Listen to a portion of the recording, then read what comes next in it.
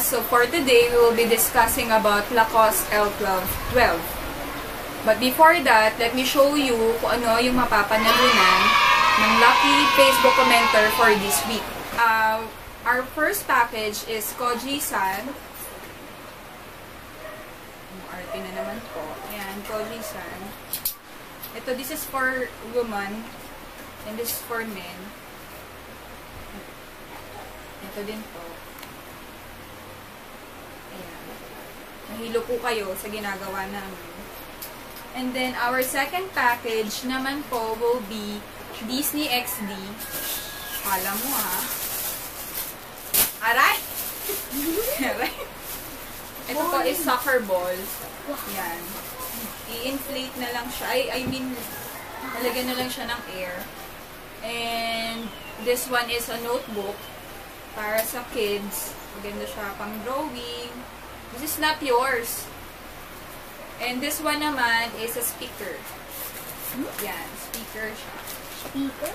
Yes, this is a speaker. Ayaw mo pa maniwala. Speaker yan. Ayan, ayaw po niya mapasok. Our next is My Slim. Ayan, umaarte. Sige, lumapit ka rito. Hindi ko abot. Aray. Ayaw mo talagang makita sa camera. Ayan. My Slim Yerba Make Drink. Ayan. This is liquid ata. Brand ambassador. Pwede po ako maging brand ambassador nito. Nananawagan po ako sa My Slim. Baka gusto niyo po akong sponsoran. Ayan. So, ayun, we'll be discussing Lacoste L12. So, let's start, guys. And let's see kung anong dapat nating tignan. Lacoste logo. The authentic has a very thick embroidery, while the fake has a thin embroidery. The crocodile in the authentic has 3 teeth, and the fake has only 2 teeth. You can also see that the crocodile on the authentic has a very clean stitching. Handle. The authentic has a very soft and flexible handle because it is made with garter, while the fake has a very stiff handle and it easily gets wrinkled when bended. The authentic has a very fine stitching, while the fake has crooked stitching and has loose stitching. Zipper handle. The authentic zipper handle has a deep engraved letters, and the word Lacoste is in bold or thick letters, while the fake has a very shallow and very thin letters. Zipper lining. The authentic zipper lining also has a bold and thick embroidery, while the fake has a thin embroidery, and you can see that it has a stitching across the Lacoste word. Zipper handle inside the bag.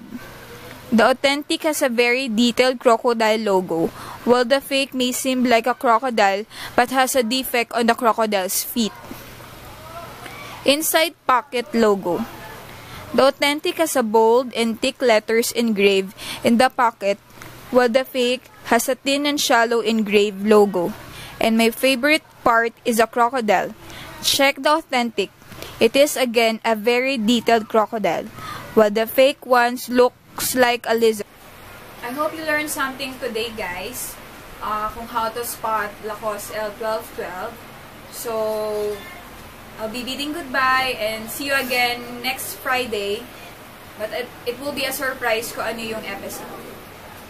So, don't forget to hit subscribe and check my Facebook page, Bagista Filipina, and my Instagram account at The Bag Investigator.